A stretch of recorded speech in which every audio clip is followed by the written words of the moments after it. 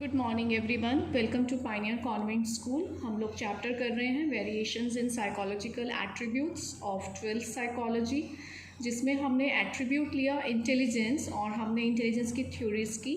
ये हमारी last intelligence theory है, that is called PASS model of intelligence. This theory was given by J.P. Das, Jack Naglieri, Kirby in 1994। इसमें जो पास word है इसको हम 4 पार्ट्स में ब्रेक करेंगे। First of all P for planning, A for attention, then S for simultaneous and S for successive. ये जो theory है इनके अकॉर्डिंग, J.P. दास एंड नेगलरी के अकॉर्डिंग, कि हमारा जो ब्रेन फंक्शनिंग है, जब मैंने आपको ब्रेन का टॉपिक कराया था तो मैंने आपको बताया था कि ब्रेन के बहुत सारे पार्ट्स हैं और हर पार्ट का अपना एक फंक्शन होता है।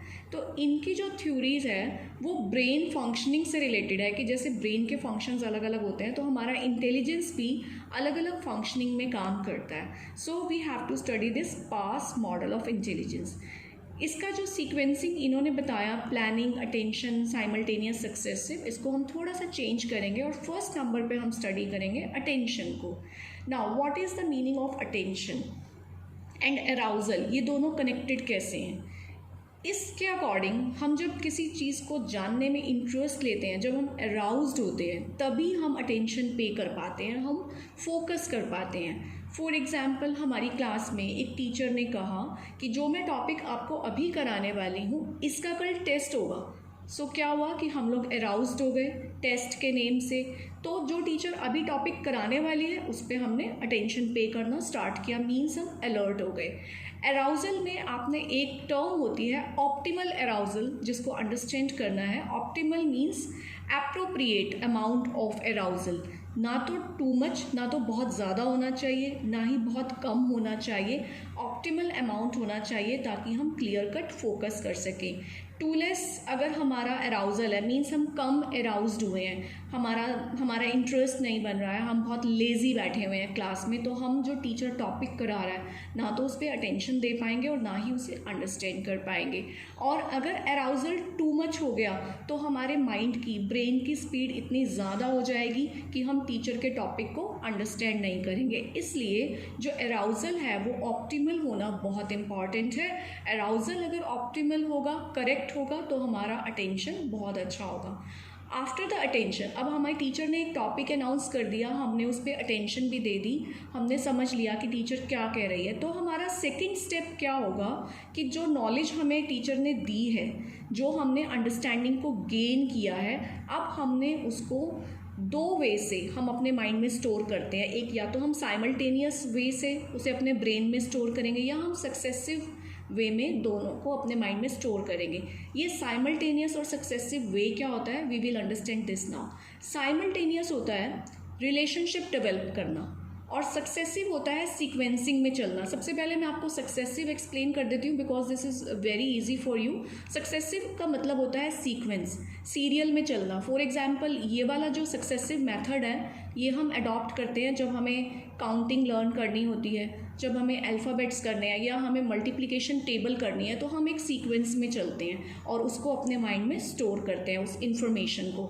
जब साइमल्टेनियस की बात होती है तो ये वो मेथड है जिसमें हमें जो भी इंफॉर्मेशन मिली है हम उसके बीच में एक रिलेशनशिप पहले डेवलप करते हैं, फिर हमें जो इन्फॉर्मेशन मिली उसे एनकोड करते हैं, मीन्स हम अपने ब्रेन की लैंग्वेज में उसको अंडरस्टैंड करते हैं और फिर उसे रिटेन करते हैं। फिर हम उसे, रिटेन का मतलब होता है स्टोर कर लेना फॉर द फर्दर यूज़। एक बार हम इसे फिर से अंडरस्टैंड करते हैं। सबसे पहले स्टेप हुआ अराउजल, कि हम अलर्ट हुए, हमने अटेंशन देना स्टार्ट किया। अटेंशन देने के बाद जो हमें इन्फॉर्मेशन मिली है उसको हम अपने ब्रेन में ले जाके साइमल्टेनियस वे में स्टोर करते हैं। उसको यहाँ बीच में हम रिलेशनशिप एक डेवलप करते हैं उस इन्फॉर्मेशन के बीच में, कि जैसे टीचर ने कौन सा लेसन बताया है, उस लेसन के कितने पार्ट्स हैं और उसको हमने कैसे लर्न करना है, वो सारा रिलेशनशिप डेवलप करके हम उसे रिटेन कर लेते हैं। सिर्फ इतनी सी ही थ्योरी है ये। तो 2 वे हो गए स्टोर करने के, इधर साइमल्टेनियस और इधर सक्सेसिव। साइमल्टेनियस का एक एग्जांपल आपको मैं और भी दे सकती हूँ कि जब आप रीजनिंग करते हैं तो आपके पास जितनी भी इंफॉर्मेशन होती है, आप क्या करते हैं, आप उस इंफॉर्मेशन के बीच में एक रिलेशनशिप डेवलप करते हैं, माइंड में सेट करते हैं एंड ग्रेजुअली आप रिजल्ट तक पहुँच जाते हैं।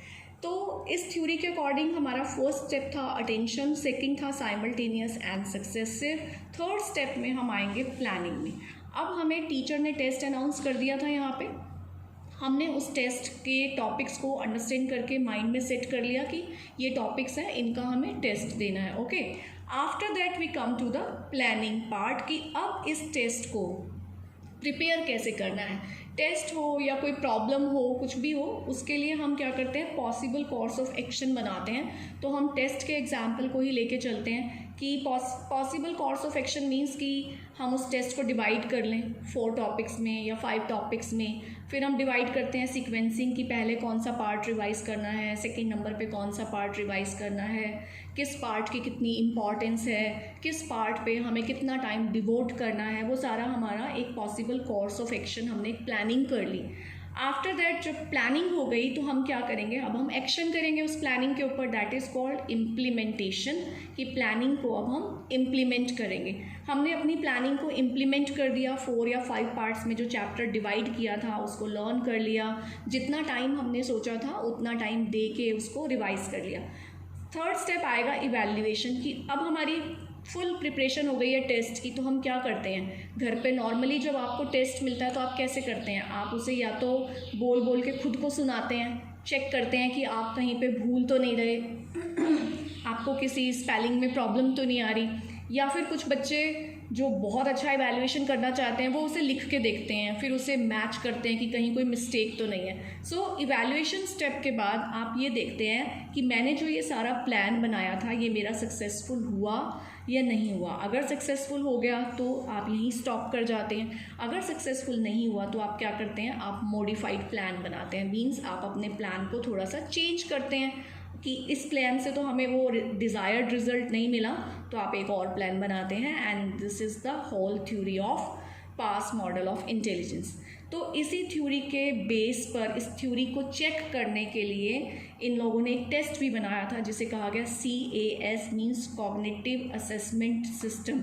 ये जो टेस्ट बनाया गया था ये 5 to 18 ईयर्स के बच्चों पे चेक करने के लिए बनाया गया, और ये टेस्ट में वर्बल और नॉन वर्बल मीन्स जैसे सिम्बल्स को शो करना या कोई रिटन वे में टेस्ट ले लेना, दोनों तरीक़ों से इस टेस्ट को कंडक्ट किया गया। इस टेस्ट का मेन पर्पस सिर्फ ये था कि ये चेक करना कि बच्चे के ब्रेन में कौन सी फंक्शनिंग में फ़ॉल्ट है, उसके अटेंशन में फ़ॉल्ट है या उसकी स्टोरिंग में, रिटेनिंग में फ़ॉल्ट है। अब कई बार हम बच्चों को टीच करते हैं तो हम क्या कहते हैं पेरेंट्स को कि इसका अटेंशन बहुत अच्छा है, ये क्लास में बहुत अलर्ट रहता है, ये सीख भी जाता है, लेकिन अगले दिन अगर हम इससे सुनते हैं तो ये हमें नहीं सुनाता, तो इस बच्चे में रिटेनिंग प्रॉब्लम है।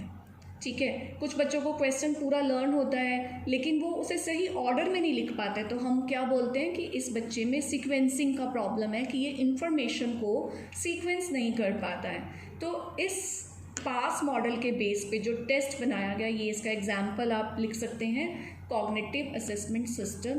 This test was based on this model of intelligence. So this was all PASS model of intelligence, and in the next video we will go with the further topics. Have a good day.